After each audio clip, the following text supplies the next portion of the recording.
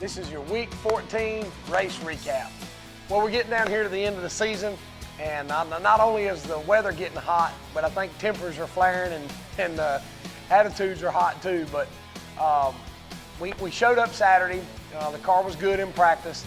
I don't know what it is about these last 2 weeks, but the car's been a little tighter than normal, and we've had to make a couple adjustments for that. When qualifying came around, we actually qualified on the pole again this week. Our time was a little slower, and I think that was due to the tighter conditions. But you know, like we always do, we make notes and we try to document everything that we do or that we don't do to the car to try to mimic it or back it up or try to improve on it the next week. So this week we ran a 2.7.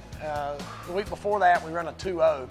So you know, when you want to actually think about the difference between a 2.0 and a 2.7, you can't even blink that fast, really. So when you're talking about hundredths of thousandths of seconds, not just tenths of a second, but hundredths of a second, you know, you're talking about little changes that you're going to make. But like I said, we qualified on the pole. The car was really good. We got going. This week was a little bit different than normal. We had twin 50s. And what they did is just like your normal twin 25 night, except they threw the cone into the mix. So there was a couple double file restarts where I was on the inside, and I think the 83 and the 53 pulled up a couple different times to try to challenge from the outside, and we were able to maintain our lead and hold our position every time. We got down there with I think there was a caution with 41 laps on the board, and we got some help, I guess you could say. Got a Bowman Gray tap, and we ended up finishing second. But you take the bad with the good, and you understand that it's Bowman Gray Racing. And the only thing I ask is drivers race me the way they want to be raced, and I'll return the favor. So, you know, you just document that kind of stuff mentally, and you go on down the road. But for the most part, our car is really good. It's just a matter of being at the right place at the right time. And in the first race, we weren't at the right place at the right time to capitalize on the win. The second place finish, we were able to gain some points on some and lost some points on another one. But in the second race, the winner of the first race drew a 16, so that put me starting 15th. And when it all shook out, was all said and done, we finished third in the second race. So even though it wasn't the night that we planned on, I think all in all, it all worked out. We increased our point lead from 62 to 75. You know, when you get down to this point of the season where you only got 3 or 4 weeks left, you know, that means a lot. We're still, you know, we're not focused on the points. The points are great, and it's nice to be the point leader and have a decent cushion. But it's always, you know, it's Bowman Gray Stadium. I mean, there's always that chance of something happen, you know, mechanical failure or get in a wreck or anything. So what our goal is, and it will be from here on out, is to go out and try to win the race. This weekend we've got twin 50s coming up again, same procedure as last weekend on Friday night. And you know, our goal is to set on the pole and try to win both races. So if we do that, we'll get the most points. So that'll kind of take care of itself. On Saturday night, we actually have the Southern Modified, the Welland Southern Modified Tour race. It's the 199 laps for the tour. It's well, the only difference between the two is on the tour you have to run a locked rear end. So what we'll do is we'll change an axle to make our rear end from the stadium rear end to a locked rear end, and we'll put the 15-inch tires on it versus the 10-inch tires, and we'll pretty much be ready to go racing. The setups for us don't vary that much. Hopefully we'll have somewhat of an advantage being that we race there every weekend. There's only going to be me and Jason and maybe 1 or 2 other cars that will actually run the same car Friday night and Saturday night. So hopefully that'll give us somewhat of an advantage, being able to have our normal stadium car there for the tour race and being able to fine tune off of a car that we already know what to do to it to make it go fast at Bowman Gray. So like I said, for the most part, it wasn't a bad weekend. Like I said, it wasn't the weekend we planned on, but we got a second and a third and we gained points. So we'd be awful silly to complain about a weekend like that, even though we're somewhat disappointed that we couldn't get a win. So sorry for the noise in the background. It is a race shop, you know. But anyway, thanks for watching our videos. You know, these are just as much fun for us to make as they are for you guys to watch. So thanks for tuning in, and hopefully we'll see you at the track this week.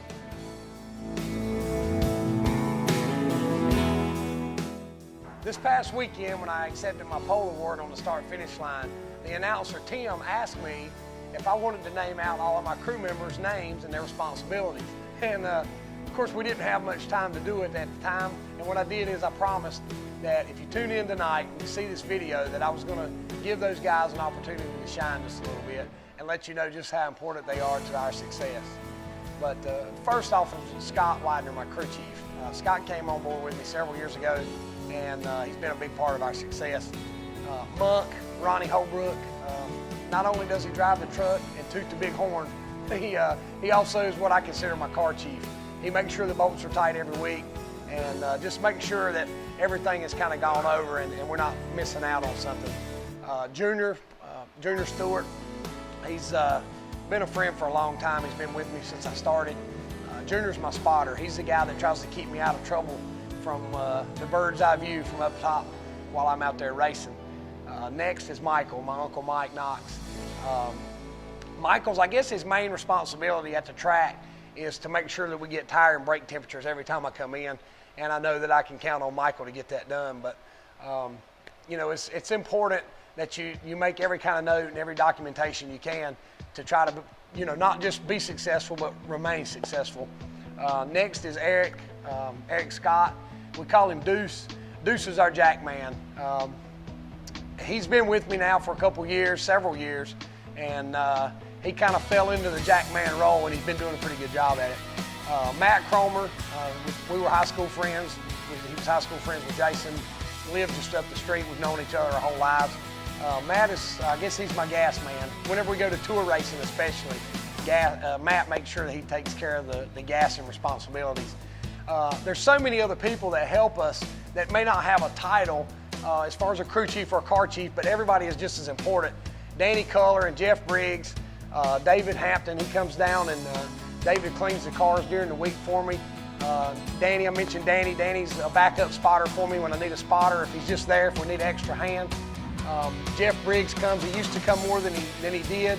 I think he's spending a lot more time with his little girl Emma now, and he doesn't get to come to the track as much, but when he does come, most of the time he makes sure the lug nuts are torqued, and like I said, he's just an extra hand whenever you need it. Monk's wife, Angie, actually scores us on the big races at the stadium, and every time we have a driver's meeting on a big race and they say, does anybody need a score, that's when it hits me that I know I can count on Angie to score. There's a guy that was helping us on our crew full time, and his son was involved in an accident, and he hasn't been able to spend the time with us that he wanted to, but that's Billy Huey. And we miss Billy, and we want him back soon, and he promises me he's coming back. But like I said, I can just keep naming names of people that are just so important to the success of this team, and just make it go around, and it's like a well-oiled machine, and it makes my job a lot easier. But hats off to the people that make this thing happen, and you know, hopefully I'll have the same group of people for a long time, and we can keep being successful.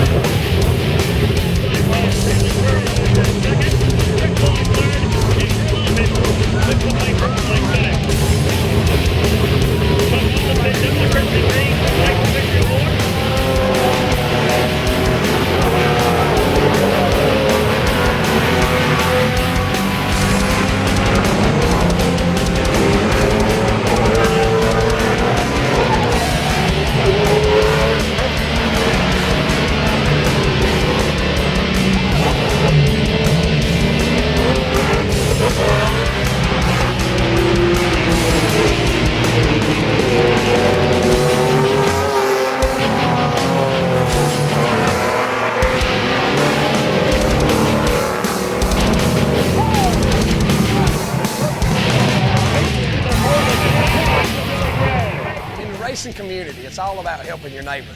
And in the pits at Bowman Gray, we got a great neighbor, and that's Crazy Kevin Powell. And Kevin will be the first one to tell you that he knows that bad things happen to good people. So if you go see Crazy Kevin Powell and you mention you saw this video, he's assured me that you're going to get the best deal possible. He gives flags to the kids, he does the spin in the wheel, and he even plays music after the race, and it's always a good time. But anyway, go see Crazy Kevin Powell. I promise you, he's going to help you out. Crazy Kevin Powell.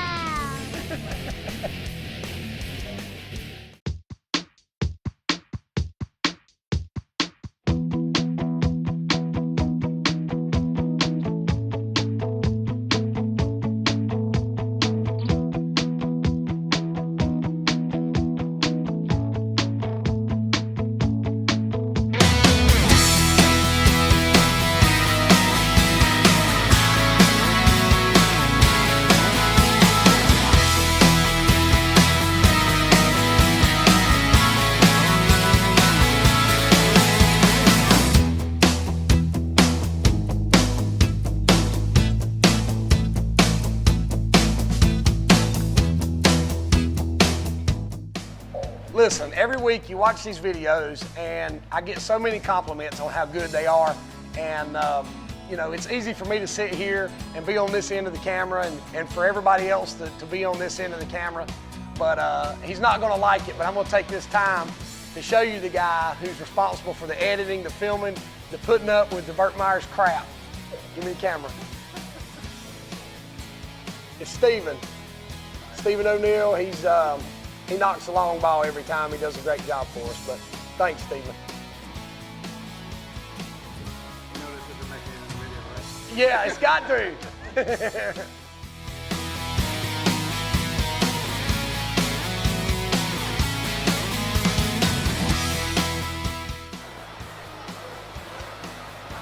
was a blood drive for that.